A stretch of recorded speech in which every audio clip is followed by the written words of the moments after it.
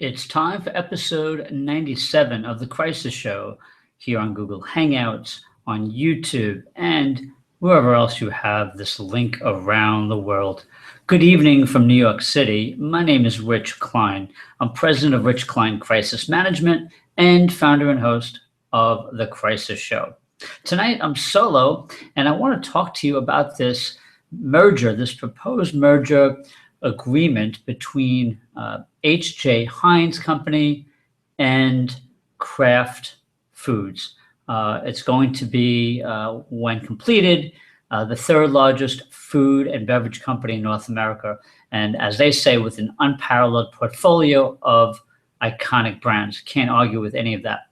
So the reason I chose this topic tonight is because when you're doing a merger, there are all kinds of issues that come up in terms of reputation. Now, on the Crisis Show that we've been doing since June 2012, we talk about branding, we talk about protecting your reputation, we talk about doing things in advance so when a crisis hits, you're prepared to deal with it. Now, in the case of a merger, and according to Warren Buffett, this only took 4 weeks to put together, pretty amazing. But when you're doing a merger, there are so many things that have to go into it. And one of the things from my standpoint as a crisis management advisor is there are so many things that you need to think about. I'm going to go over some of them in this abbreviated edition of the Crisis Show tonight. So first of all, there's already talk about major job cuts. Heinz is headquartered in Pittsburgh, Kraft in Illinois, and of course you have employees around the world there in many markets. So the first thing that the CEO, and his name is Bernardo Hees, he was brought in a couple of years ago. He came over from Burger King, and he's known as a cost cutter. In fact, that's what he gets a lot of credit for. So one of the things that he's going to have to do, and the company is going to have to do, is reassure those people in positions that their jobs are safe. And when they can't, then they need to make sure they communicate effectively and compassionately, not like George Clooney in the movie Up in the Air. So they need to do that very carefully. One of the stories that I read earlier today pointed out that that H.J. Heinz has slashed more than 7,000 jobs since it went private in 2013, but that move helped them boost profits to $657.1 million, according to its annual report. And this is being reported in Crane Chicago Business. So a very interesting piece there. So we know there are going to be cuts, and certainly when you have companies of this size on each side, there's going to be overlap, obviously. And so they're going to have to be really careful how they announce those layoffs and make sure that people are taken care of, particularly those people who may have been in either company for many years. The other thing they have to think about when considering layoffs is the potential for lawsuits. Gender discrimination suits, age discrimination suits often come up in these situations. So certainly I'm sure there are attorneys on top of that. But this advice I'm giving today is for any company contemplating a merger. Companies of this size, we hope, have thought about this. So these are just some things that crossed my mind when I read about the merger. The other things that come to mind in terms of preparation for potential crises down the road is obviously food safety. Now, both these companies have enjoyed a superb track record when it comes to food safety. In fact, I found it really interesting when I looked up the Henry J. Heinz, the original founder of H.J. Heinz. He was really ahead of his time. He was noted for his pioneering a safe and sanitary food preparation. He allowed people to inspect his manufacturing facilities very early on in the turn of the century. And he also led a successful lobbying effort in favor of the Pure Food and Drug Act in 1906. So the company is known for very high quality. They've had very few recalls. There was one in China a few months ago. And Kraft, on the other hand, similarly has had a pretty good track record. But coincidentally, just last week on this show, I was talking with food safety attorney Bill Mahler, and we were talking about a recall of the iconic brand Kraft macaroni and cheese because some metal shards have been found in some of those boxes. And we're not going to go into that deeply tonight at all, but I wanted to point that out, that they are in the middle of a recall, one of the very few in Kraft's history. So the other thing I wanted to say is that with regard to this new CEO, Bernardo Heinz, he is now, his workload has at least doubled with the responsibility that he has now. He just became CEO of Heinz 2 years ago, and now he has Kraft as well. He's not a very visible figure from what I've seen. Has been out in the media. And my recommendation would be from this day forward to be more accessible, to get some media training, because when you have a company like this, when you're dealing with people's, as Bill Maher has pointed out so well on a couple of episodes of The Crisis Show, there are going to be issues of food safety that come up. And the CEO has to be the face of the company in the crisis. So the best thing that Bernardo Heinz could do now, while this transition is happening, is to make sure he has thought about all these issues that may crop up on the Heinz side and the Kraft side, and really get to know Kraft in terms of the details of issues that they have had, including this current recall. And they need to start messaging on those issues that they're dealing with right now, and ones that are potential crises down the road. One of the things I talk about in my business very often are the 3 key timelines in a crisis: before, during, and after. Every company, every organization at some point is going to face a crisis of some magnitude. And so this is an opportunity right now for this newly merged company, assuming the DOJ approves it. And from what we've seen of the DOJ in recent years, it's pretty much a slam dunk. I'd be surprised if they didn't vote to approve this merger. But let's assume it's getting done. There's plenty of time now to think about the crises that may arise. So certainly we talked a little bit about layoffs, big issue. Internal communications, really important on both sides, whether it's Chicago, Pittsburgh, or elsewhere. And culture. How are these firms' cultures going to merge? What I liked and from what I read about both these companies have pretty good track records on a lot of corporate social responsibility issues. They seem to treat employees pretty well.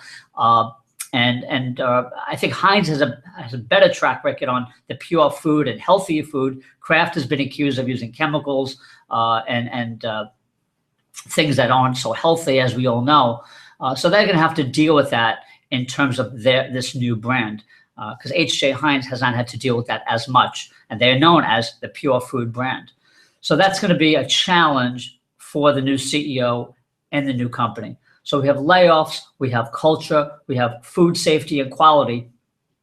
And then, of course, you have to look at the entire operations around the world and make sure that you have the right leaders in different factories and different offices around the world to make sure that the people that are part of the newly merged company are going to reflect the new company's values and mission. And that's really important. And I have to tell you that I was, again, really impressed with reading up on Henry J. Heinz and how he founded this company. He was a PR genius, the way he started out with horseradish and moved to ketchup, and really overcame some early obstacles to build a global powerhouse in the food industry.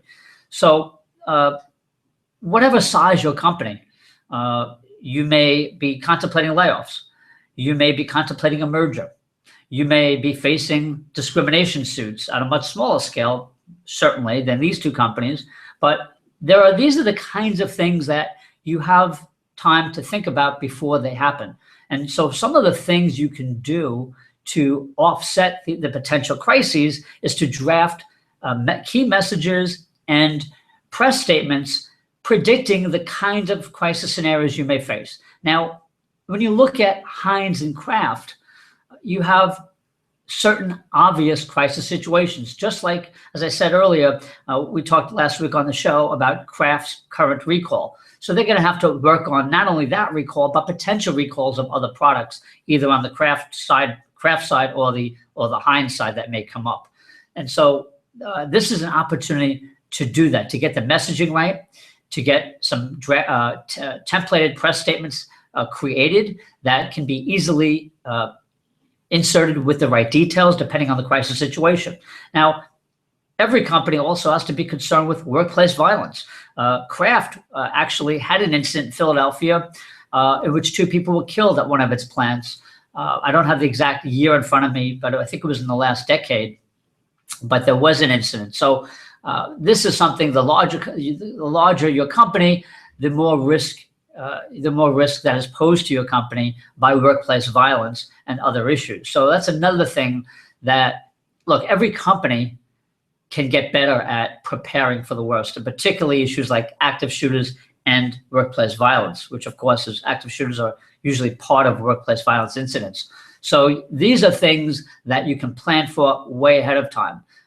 Unfortunately, though, no matter what I've seen in my work and from talking to my colleagues on the show, even the biggest companies that we expect to get it right, we expect to respond effectively and with compassion in the aftermath of crisis situations, whether we're talking about people shot and killed or people injured by food, we're very surprised that these companies don't always handle these situations well. So this is an opportunity, again, for this newly merged company to think about how they're going to respond in that kind of situation. There are tabletop exercises that companies can do. There's media training, and there's crisis drills that companies like mine help companies with all the time. So these are just, I know I've kind of covered a lot of different issues a little bit, but I wanted to use this as an example of the kinds of crisis situations that every company faces, and to warn that no matter what the size of the company, they have to build trust every day. And when you have recalls or you have an active shooter situation, these things can hurt your reputation over the long term. So this is a time for this new company to get everything in order and make sure it has thought about these crisis situations. First and foremost, going back to the beginning of the show, layoffs is going to be a big issue for them. And that's something that they have an opportunity to deal with. Of course, the media is already talking about it. I haven't looked at social media, but I'm sure they're talking about it as well regarding potential layoffs. That's going to happen. And so it would behoove the new CEO and the new company to get out in front of that story, because the stories are going to keep going until this merger is approved, about the rumors that are out there, the inaccuracies that might be out there. And certainly your employees are your ambassadors. They're the ambassadors of the brand. So you don't want to go on for months having nervous employees on either side, or rogue employees spreading rumors about what they may or may not have heard about potential layoffs. So that's another thing. That's the first thing that this newly merged company should probably deal with in terms of protecting reputation. What are your thoughts? Let me know. Please use #TheCrisisShow. And one final note. I just recently announced that The Crisis Show is going to be available in probably in April or May, maybe June, depending how we get our technology done. We're going to be offering The Crisis Show as an audio-only library, and it's going to be available for purchase by businesses and organizations. It's more than 100 hours of business education on crisis management, on emergency management, on social media, and online reputation. We've had guests, great guests, experts from around the world appear on the show to give you, the audience, great advice on how to prepare for a crisis, how to respond to a crisis, and how to rebuild your reputation once that crisis begins to subside. So keep an eye on that. That'll be, I'll be talking about that on my Twitter feed at The Crisis Show and at Rich Klein Crisis. So thank you so much for watching, and we'll see you soon.